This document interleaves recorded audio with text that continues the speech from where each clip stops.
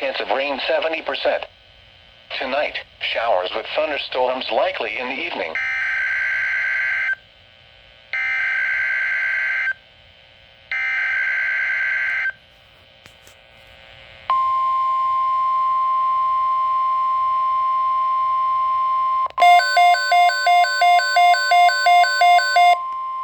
The National Weather Service has issued Tornado Watch number 708, effective until 9 p.m. Central Standard Time.